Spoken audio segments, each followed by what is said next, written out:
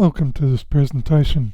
Here we're going to be looking at a little bit of a history of the Old Testament, and this is mainly intended for people who may have some knowledge of the Bible and be a little bit unclear about how all the various books fit together, the Kings, Chronicles, the books of the prophets, Isaiah, Jeremiah, and all the rest. When you look at those books, it's hard to get the big picture, the overall context, and so this is an attempt to look at the events of the Old Testament in chronological order. Now we're going to start at a time after the children of Israel have left Egypt and are coming into the Promised Land. So after 40 years of wandering in the wilderness, and that's described in the first few books of the Bible, Israel enters into the Promised Land, and it starts off with their battle with Jericho. And as we all know, the walls of the city of Jericho fell down and the children of Israel were successful. And archaeologists have actually studied the remains of Jericho, and they've found a destruction layer of the city and dated that to around 1560 plus or minus 40 years. It's 1560 BC. And it's not just the carbon dating. They've also looked at an analysis of pottery remains, again giving a consistent date around 1550, 1560 BC.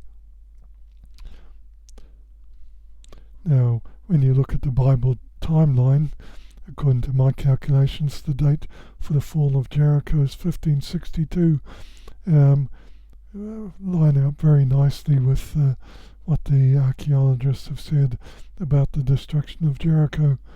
Perfect agreement. The one fly in the ointment is that people who do Bible chronologies never agree with each other. Many will not agree with my number of 1562, but I derived that long before reading about the carbon dating to 1560. Now, after that time, after they entered the Promised Land, there was a settling in time, and then after that he gave unto them judges about the space of 450 years until Samuel the prophet, and afterward they desired a king. So for 450 years Israel wasn't really a kingdom, it was just a group of scattered tribes, 12 tribes that had land, plus the Levites who didn't have any land of their own. And the dates for the period of the judges, according to my calculations, would be 1545 to 1095 BC. And then 1095 BC, Saul became the first king over the entire Israelite people. And that was followed in 1055 by King David. After King David there was King Solomon, and then after Solomon the kingdom was divided. But coming back to the judges, this is a list of all the judges. Actually 12 judges, not including Samson. Samson actually judged during the oppression of the Philistines, so you could say he's in a slightly different category, but the others seem to be judging without being fully within the period of an oppression by other people. And that's where some of the complication in trying to determine the timeline comes from. But if you stick to 450 years for the period of the judges, that's how you get to the date for the fall of Jericho that coincides so precisely with the archeological measurements. Now, there is evidence that the children of Israel were in the land of what we might call Canaan. I hesitate to call it Palestine, because that was a much later name given for the region by one of the Egyptian pharaohs called Meneptah, or however you pronounce his name. He actually commemorated, these were obviously very modest chaps, they commemorated their victory with huge stone slabs where he boasted that he had destroyed his enemies in Canaan, carried off his Ashkelon, seized upon his Gezer. Yononim is made as that which does not exist, Israel, and referring to Israel as a people, not to as a country, is laid waste. His grain, or his seed is not. And this date of 1210 corresponds to the time when there were judges and Israel had no king. Now, during the time of the judges, there were many other great nations around, and we've talked about the late Bronze Age collapse in another presentation. All of these great empires vanished or declined to a significant extent just in time for Israel to emerge as a kingdom. The people of Israel wanted to be like all the other nations and have a king. So in 1 Samuel chapter 8 and verse 4, then all the elders of Israel gathered themselves together and came to Samuel unto Ramah, and said unto him, Behold, thou art old, and thy sons walk not in thy ways. Now make us a king to judge us like all the nations. So this was going to be a different era that Israel was going to enter. Instead of having judges, they were going to be a kingdom like all the other nations that were around. And during King Solomon's reign, he built the temple, and the building took place from 1013 to 1006 BC, and that's described in 1 Kings 5 and 2 Chronicles chapter 2. Some estimates put the time of the building a little bit later, around 950 BC, and the different datings is a subject that we'll leave for another time. But the Lord gave a warning to Solomon, a warning to be careful. In 1 Kings chapter 9 verse 6, But if ye shall at all turn from following me, ye or your children, and will not keep my commandments and my statutes which I have set before you, but go and serve other gods and worship them, then I will cut off Israel out of the land which I have given them, and this house which I have hallowed for my name will I cast out of my sight, and Israel shall be a proverb and a byword among all people.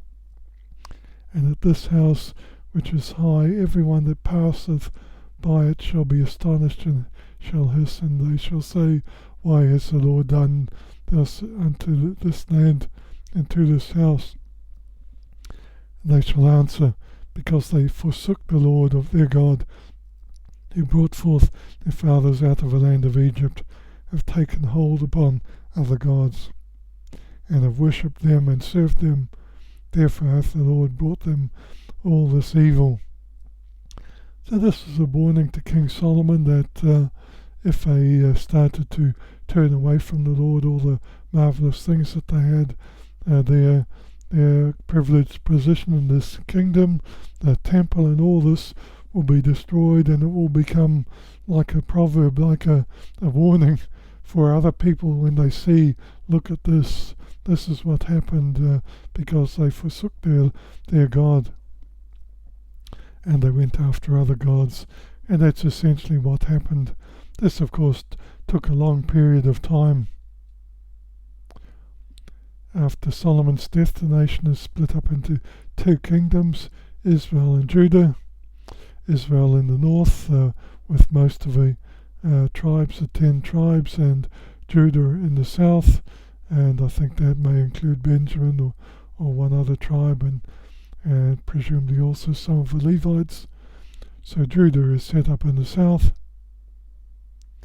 And this division came about as a response of the son of Solomon and his foolish decision to try and tax the people much more than before. So Jeroboam, his opponent, sets up 2 golden calves to worship as an alternative to the worship of the Lord, and that's described in 2 Kings chapter 12. And this marks the start of 390 years of idolatry, referred to later in Ezekiel chapter 4, 976 BC to 586 BC.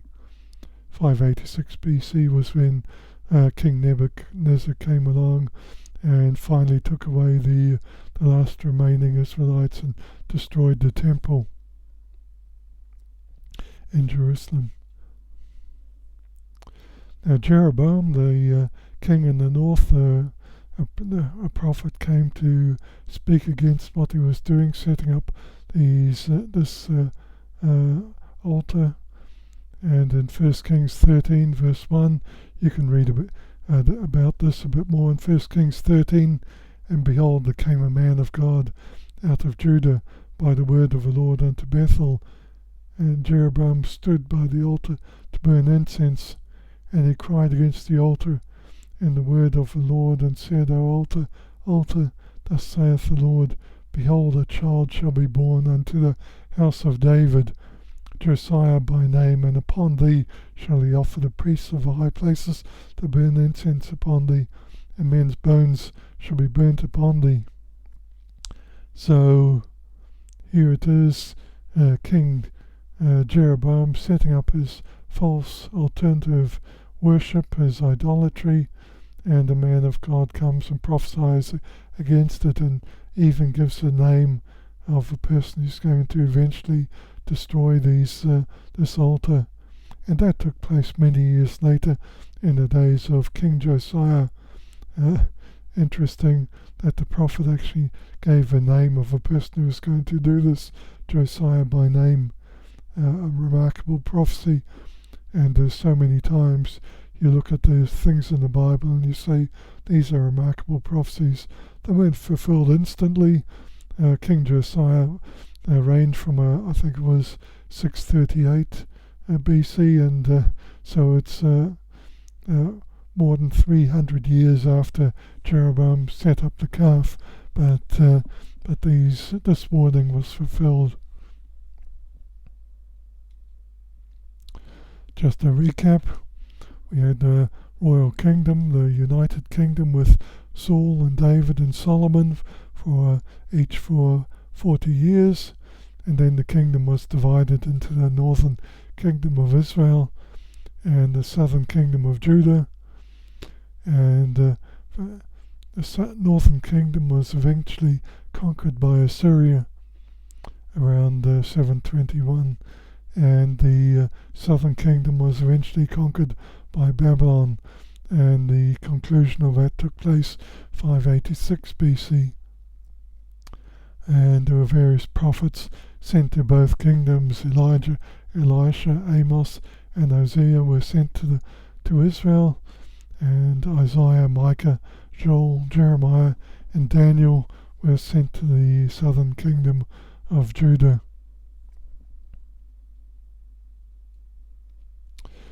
And there is some historical evidence for these kingdoms.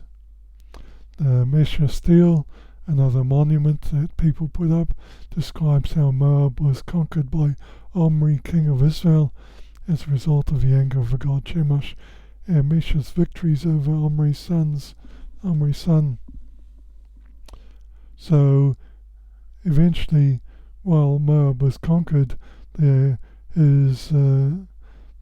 descendants of Omri were eventually overthrown. And this is referred to in 2 Kings chapter 3. And Mesha, king of Moab, was a sheep master, and rendered unto the king of Israel 100,000 lambs and 100,000 rams with the wool. But it came to pass when Ahab was dead, that the king of Moab rebelled against the king of Israel. as this monument describes. So originally they had to pay tribute to the king of Israel. They'd been conquered, but then they rebelled. And this piece of stone commemorates the rebellion. There's also the black obelisk of Shalmaneser III, king of Assyria, and this depicts Jehu of the house of Omri paying tribute. The tribute of Jehu, son of Omri, I received from him silver, gold, and so on. So another historical reference to one of the kings of Israel. Eventually Israel was taken captive by a succession of Assyrian kings. This started with Tiglath-Pileser III, king of Assyria, from about 744 or 745 BC, and that's described in 2 Kings 15. In the days of Pekah, king of Israel, came Tiglath-Pileser, king of Assyria, and took Legon and Abel-Maachah and Genoa and Kadesh and Hazor, Gilead and Galilee, and all the land of Naphtali, and carried them captive to Assyria. And these are all things that are known from the Assyrian records. Actually, a lot of information is available about the Assyrians. They recorded their stuff and their records in clay tablets, which they then baked. And once you bake it, it's set hard. And so this is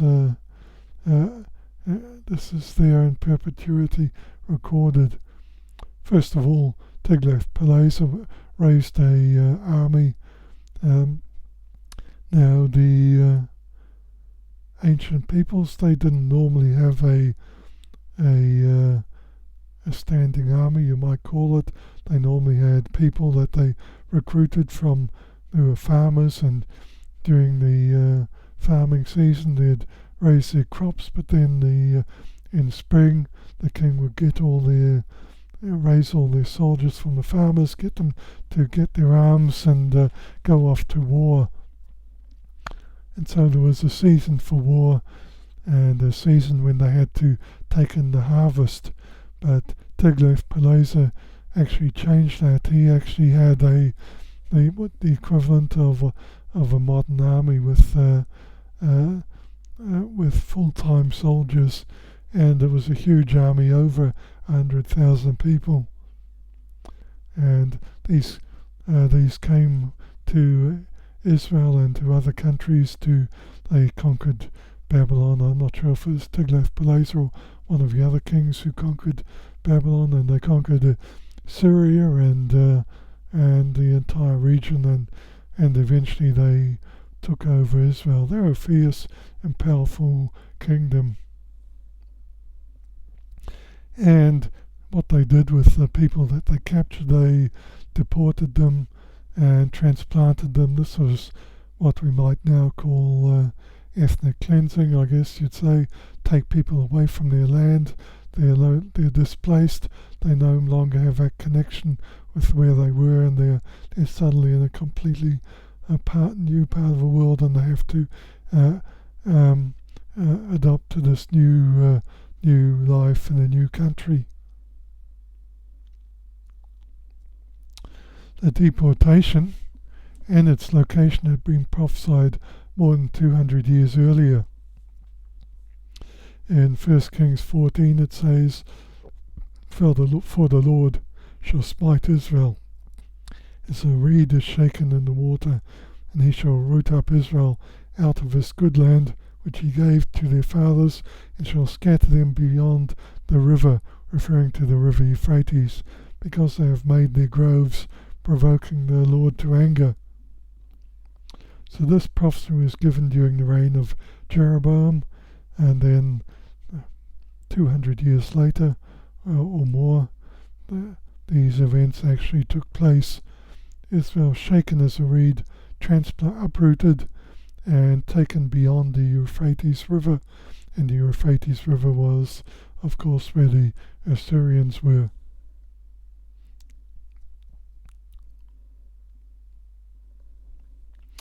and the final deportations. This conquering of Israel took a period of time. Finally they were removed in 721. King Shalmaneser III was king of Assyria from 727 to 722. He besieged Samaria, but he died before the end of a siege. His successor, Sargon II, captured Samaria and putting a final end to the kingdom of Israel. And the picture on the right depicts Sargon.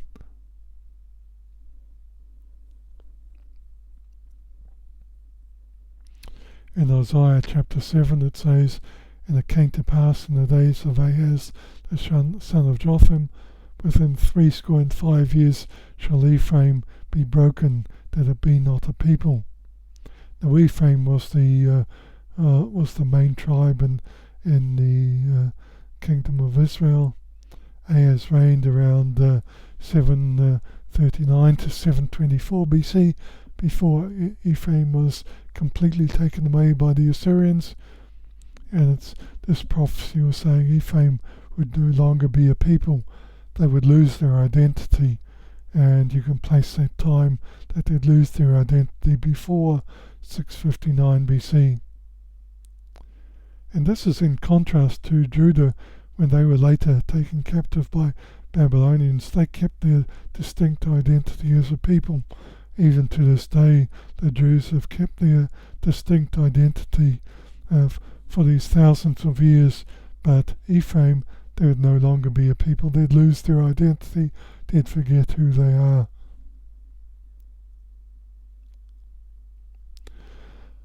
So the 10-12 nation of Israel disappears into the wilderness, and this appears to be a fulfillment of what's described in Revelation chapter 12. And the woman fled into the wilderness, where she hath a place prepared of God, that they should feed her there 1,260 days. So this is saying that the woman Israel, and the symbolism in Revelation 12 is clear that it's talking about Israel, that they fled into the wilderness and into the unknown parts of the world, but that there was a place being prepared for them by God. But in the meantime, they would be fed for a time of 1,260 years. Now, if you add 1,260 years to the final deportation of Israel, you come to a time period of 540 AD, when the nation of Israel would be settling in a new home, secure from where they were before. And this is a subject for another presentation, but just to make it clear that this was a prophecy that was there, that they were not going to disappear altogether, even though they're going to lose their identity. They're going to forget who they were. 2 Samuel chapter 7 verse 10, during the time of Judges, long before any of us, "Moreover, I will appoint a place for my people Israel, and will plant them, that they may dwell in a place of their own, and move no more. Neither shall the children of wickedness afflict them any more as before time." So this is the time when there was foreshadowing this time when there'd be appointed a place where they'd be safe and they wouldn't be moved anymore. Now, at the time of Samuel's declaration there, they were already in the land of Israel, but they were being afflicted by the children of wickedness, as it's described. They were continually afflicted by other nations, but the promise was that the Lord was going to appoint a place for them and plant them in a place of safety.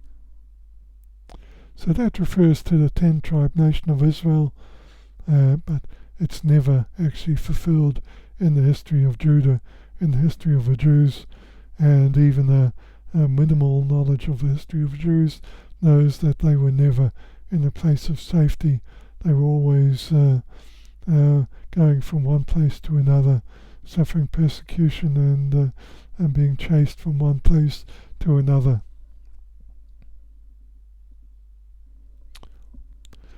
Now we come to the prophecies against Judah, the southern kingdom. In Isaiah 39 it says, Behold, the days come that all that is in thine house, that which thy fathers have laid up in store until this day, shall be carried to Babylon. Nothing shall be left, says the Lord. And of thy sons that issue from thee, which thou shalt beget, shall they take away, and they shall be eunuchs in the palace of the king of Babylon. So now, this was a time when Assyria was a major kingdom, but Judah is being warned another nation. Instead, Babylon is going to take them and carry them away, and all the sons of the kings will be there captive and won't have any more children from the male heirs. In Micah chapter 4 and verse 10, Be in pain and labour to bring forth, O daughter of Zion, like a woman in travail. For now shalt thou go forth out of the city, and thou shalt dwell in the field, and thou shalt go even to Babylon. There shalt thou be delivered. There the Lord shall redeem thee from the hand of thine enemies. And again, it's talking about them being carted away to the land of Babylon, but then they would be delivered from there and redeemed from Babylon. So even before they were taken captive, the Lord was saying, you're going to be delivered from that captivity. Now the timeline of events that took place when the Babylonians came is a little complicated. We don't need to dwell on this too much, but basically King Nebuchadnezzar came up against Jerusalem 3 times. First time around 605 BC, and he besieged Jerusalem, and Daniel and others were taken captive to Babylon, and King Jehoiakim became a vassal, a servant of Nebuchadnezzar. It had become a client state of Babylon. After a few years, King Jehoiakim rebels, but King Nebuchadnezzar came back, and he returns, takes some captives, and then after a long siege, King Jehoiakim is killed, but his I think it's his nephew, King Jehoiachin, starts to reign for 3 years, but he's taken captive to Babylon. And then after a 2-year siege, Jerusalem and the temple is destroyed. Judah, including King Zedekiah, is taken captive to Babylon. And then a few more taken captive around 582 BC. So basically 586 BC, it's all over. The temple is destroyed. King Nebuchadnezzar has come for the 3rd time, and Judah, what's left of Judah, including the king and his sons, is taken away to Babylon, where the prophecies are fulfilled.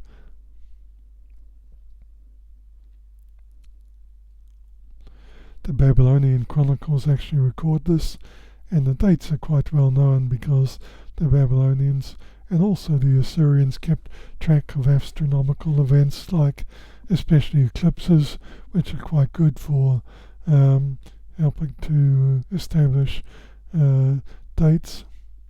But according to the Babylonian Chronicles, in the 7th year of the month of Kislevu, the king of Akkad mustered his troops, marched to the Hatti land, and besieged the city of Judah. And on the 2nd day of the month of Adaru, he seized the city and captured the king, Jehoiachin. He appointed there a king of his own choice, received its heavy tribute, and sent to Babylon.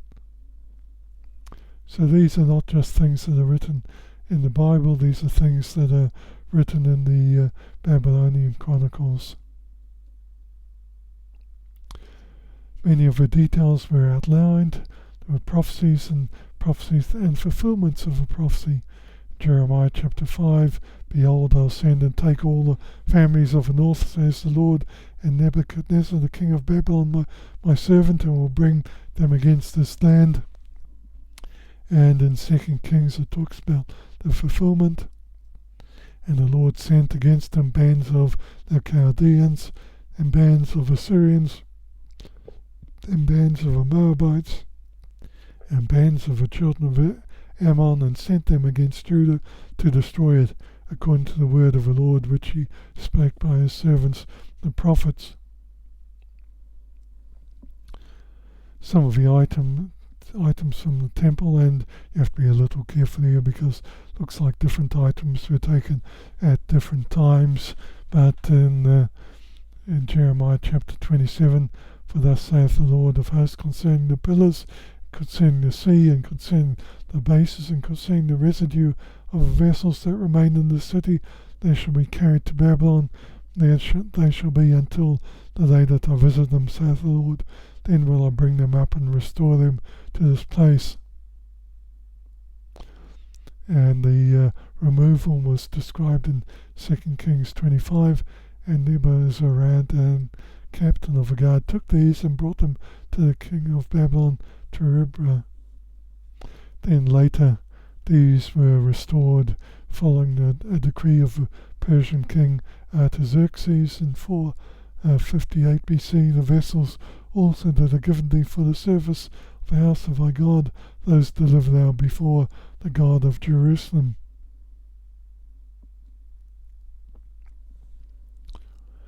In Jeremiah chapter 25, and this whole land shall be a desolation and astonishment, and these nations shall serve the king of Babylon 70 years. For thus says the Lord, that after 70 years be accomplished at Babylon, I will visit you and perform my good word toward you, in causing you to return to this place. So it was actually exactly 70 years from the destruction of the temple to its rebuilding. 586, after a 2-year siege, Jerusalem and the temple were destroyed. Judah incurred and King Zedekiah taken to Babylon. And in 2 Chronicles 36, to fulfill the word of the Lord by the mouth of Jeremiah, until the land had enjoyed a Sabbath. For as long as she lay desolate, she kept Sabbath, to fulfill 70 years. So 70 years. And enjoying a Sabbath is another interesting subject. In the Old Testament law, every 7th year the land was supposed to have a rest year where there was no working in the fields, a release of debts, a release of servants, and this, as far as we can tell, never happened. So now there are going to be 70 years of rest, so that the land would enjoy a Sabbath, implying that it was going to be that it had been a period of 490 years where they hadn't kept their Sabbaths. And if you look at the time when Saul became king of Israel, through until the time when King Nebuchadnezzar came the first time, 490 years. So for the kingdom, they were 70 Sabbaths short of what they owed the Lord. The temple was actually completed by Zerubbabel in 516 BC, and that's described in Ezekiel chapter 6. And this house was finished on the 3rd day of the month Adar, which was in the 6th year of the reign of Darius the king, and that's the Persian king Darius. So exactly 70 years. It's also approximately 70 years from the first captives to the returning from captivity. As we say, around 604, 605, first captives taken by Nebuchadnezzar. Actually, they had already been captured a few years earlier by an Egyptian king, Necho, and so that was around 608. So they'd already been in a form of captivity, and but it's hard to say an exact date, but in 538 BC there was a decree of Cyrus, the Persian king, who took over Babylon. So after this decree, soon 42,000 captives led by Zerubbabel returned to the land of Israel. And that's in Ezra chapter 1. Now, in the first year of Cyrus, king of Persia, that the word of the Lord by the mouth of Jeremiah might be fulfilled, the Lord stirred up the spirit of Cyrus, king of Persia, that he made a proclamation throughout all his kingdom and put it in writing, saying, and then talks about the decree. Cyrus the Great, he was originally foretold 200 years earlier by the prophet Isaiah. Prophet Isaiah actually names him. Thus saith of Cyrus, he is my shepherd and shall perform all my pleasure, even saying to Jerusalem, thou shalt be built, to the temple thy foundation shall be laid. And that's again an utterly amazing prophecy, so many years before, actually naming the king and actually saying that the temple was going to be rebuilt, and the temple hadn't even been destroyed at that time, but here Isaiah is saying it's going to be rebuilt. Absolutely amazing when you see all the things that are there in the scriptures and the fulfillment of these things. But there was more from Isaiah, and in October 539 BC, Cyrus the Great captured the city of Babylon, putting an end forever to the Babylonian Empire. And Isaiah had actually said in Isaiah 13 verse 17, behold, I will stir up the Medes against them, referring to Babylon. Now, as I mentioned before, during Isaiah's time, the Assyrians were the major power. Babylon was subjugated by the Assyrians, but now the Lord, he said, I'll stir up the Medes against Babylon. And so if Babylon was not even a major power, the Medes were virtually unknown, and yet Isaiah is saying the Medes are going to overthrow Babylon.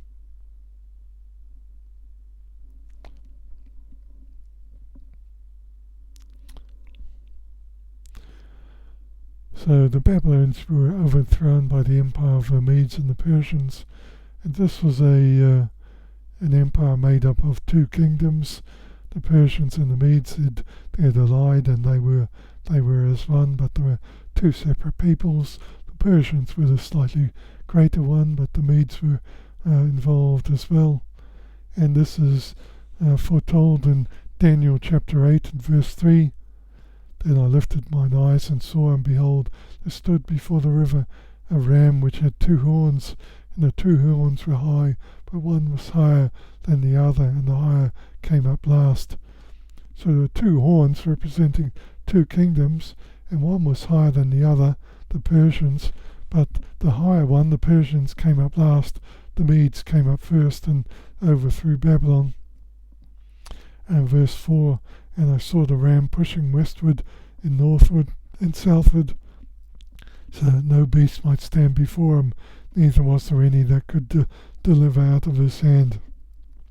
But he did according to his will, and became great.